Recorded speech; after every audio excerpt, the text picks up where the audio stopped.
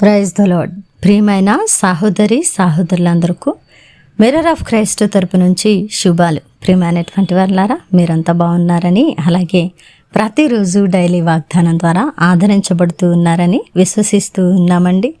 విన్న వాక్యాలను తప్పకుండా షేర్ చేయండి. పరిచర్య బహుభారం కలిగి ఉన్నది. మీరు సహకారులుగా ఉంటూ దైవ దీవెనలు పొందాలని కోరుకుంటూ ఉన్నా. మరి ఈరోజు దేవుడు మనతో మాట్లాడుతూ ఉన్న బలమైన వాగ్దానాన్ని ధ్యానం చేసి మన జీవితంలో పెట్టుకొని ఫలించే వారముగా ఉందాం. గలతీయులకు రాసిన పత్రిక 6వ అధ్యాయము 7వ వచనం. మనుష్యుడు ఏమి విత్తునో ఆ పంటనే కోయును. దేవుని నామానికి మహిమ ఘనత ప్రభావములు చెల్లిస్తూ ఉన్నాను. ప్రియ సహోదరుడా, ఈ యొక్క అద్భుతమైన వాక్కు చేత దేవుడి రోజు మనతో మాట్లాడి మనలో ఉన్న లోటుపాటుల అన్నిటినీ సరిచేసి, ఒకవేళ మనము విత్తేది సరిగా లేకపోతే, మనము విత్తేది దైవ చిత్త ప్రకారముగా లేకపోతే, మనము విత్తేది వాక్యానుసారము కాకపోతే, మనల్ని గద్దించడానికి ఇష్టపడుతున్న దేవుడు మాట్లాడుతున్న బలమైన మాట, మోసపోకుడి, దేవుడు వెక్కిరింపబడడు. దేవునికి మహిమ కలుగునుగాక. మనం అనుకుంటూ ఉంటాం, మన అతి తెలివితో అతి జ్ఞానముతో మన స్వచిత్తాలను జరిగిస్తూ జ్ఞానులము వివేకులము అని అనుకుంటూ ఎంతో గొప్ప కార్యాలను చేస్తూ ఉన్నాము అని అనుకుంటూ మనము మనుష్యుల ముందు నటిస్తూ వ్యక్తిగత జీవితంలో భక్తి లేక మనము ఎలాగున ప్రవర్తిస్తూ ఉంటే, మరి మన పరిస్థితులు దేవుడు చూడడం లేదా? మన యొక్క స్థితిగతులు ఆయన ఎరిగినవాడు కాడా? కాబట్టి ప్రియమైనటువంటి వారులారా, ఎవరు చూసినా చూడకపోయినా మనల్ని దేవుడు చూస్తూ ఉన్నారనే భయము మనము కలిగి ఉన్నప్పుడు, మనము ప్రతి విషయంలో కూడా బయట లోపల వ్యక్తిగత జీవితంలో ఎక్కడైనా కూడా ఒకేలాగా నీతిగా బ్రతకడానికి, వాక్యానుసారం ముందుకు వెళ్ళడానికి ఇష్టపడతాం. అయితే చాలామంది ఈ వెర్రి భక్తి చేస్తూ ఉంటారు. దేవుడు చూడడం లేదు అని అనుకుంటారేమో తెలియదు, కానీ విత్తేటప్పుడు లోకానుసారంగా విత్తుతూ ఉంటారు. విత్తేటప్పుడు వాక్యము జీవితాలలో లేని విధంగా తమ కార్యాలను విత్తుతూ ఉంటారు. అయితే కోసేటప్పుడు గొప్ప పంట కోయాలని, కోసేటప్పుడు ఆశీర్వాదాల పంట కోయాలని, కోసేటప్పుడు గొప్పగా ఉండాలని ఆశపడుతూ ఉంటారు. వెర్రితనం కదా. మనుష్యుడు ఏమి విత్తునో ఆ పంటనే కోయినట. నువ్వు ఎలాగున చేస్తే నీకు కూడా అలాగునే చేయబడుతుంది కదా. ప్రియ సహోదరుడా, దేవుడు చూసే దేవుడండి. మన దేవుడు కనులుండి చూడలేని, చెవులుండి వినలేని ఒక విగ్రహము వంటి రాతి బొమ్మ కాదండి. మన దేవుడు జీవము కలిగిన జీవాధిపతి. ఆయన నిన్న నేడు నిరంతరము ఏకరీతిగా ఉన్న దేవుడు. మనం మారుతూ ఉన్నాము, కానీ మన దేవుడు మారని వాడు, మార్పు లేని స్వభావము కలిగినటువంటి దేవుడు. ఈ విషయాన్ని కనుక మనం ధ్యానం చేసిన వారమైతే, మనము ఇంట బయట సంఘమున పెద్దల మధ్య వ్యక్తిగత జీవితంలో ఒకే విధముగా మన భక్తి జీవితాలు కొనసాగుతాయి.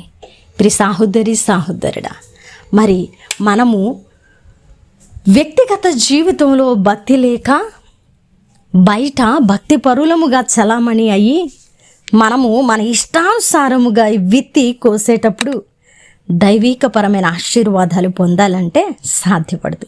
కాబట్టి దేవుడు వెక్కిరింపబడడు అనే మాట స్పష్టముగా రాయబడి ఉన్నది.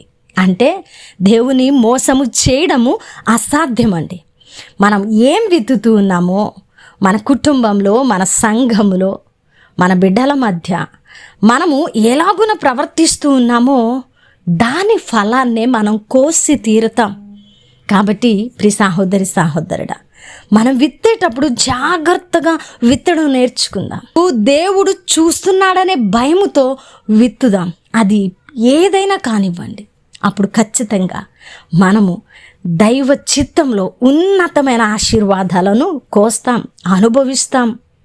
మన సంతతికి ఆశీర్వాదాలను ఇచ్చేవారంగా ఉంటాం.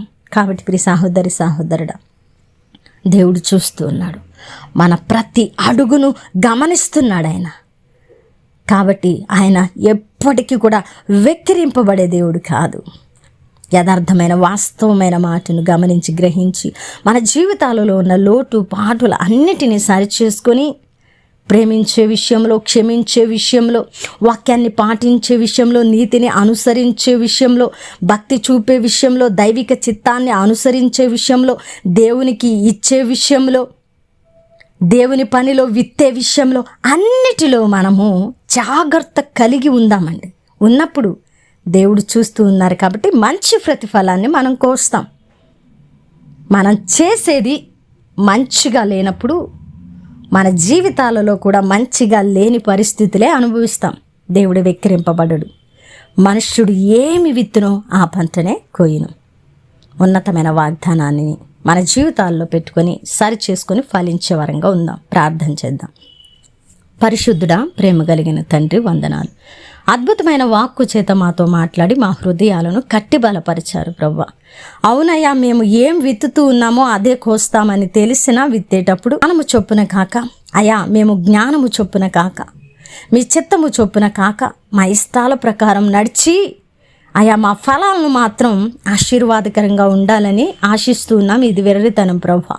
మరలా మీరు మాతో మాట్లాడి మా హృదయాలను కట్టి అయా మీరు వెక్కిరింపబడరని ఎరిగి జాగ్రత్తగా విత్తడానికి మా హృదయాలను సన్నద్ధం చేసినందుకు వందనాలు. ఈ మాటలను ఎవరు గ్రహించారో, ఎవరైతే ఇలాగనూ ముందుకు వెళ్ళడానికి ఇష్టపడుతున్నారో వారి పట్ల వాగ్దానాన్ని నెరవేర్చండి ప్రభువా. ఈ పరిచర్యకి ఎంతోమంది ప్రభువా సహకరిస్తున్నారు నాయన. వారి చేతుల కష్టార్జితాన్ని ఫలింపు చేయండి. వారి కుటుంబాలను దీవించి ఆశీర్వదించండి. చేసిన ప్రార్థనకు దీవెన జవాబిచ్చారని నమ్ముతూ ఈ ప్రార్థన నజరేయుడైన యేసుక్రీస్తు నామమున సమర్పించి అడిగి వేడుకుంటున్నాము తండ్రి, ఆమేన్. ప్రియమైన దేవుని బిడ్డలారా, వినవాక్యాన్ని తప్పకుండా షేర్ చేయండి, పరిచర్యకు సహకరించండి.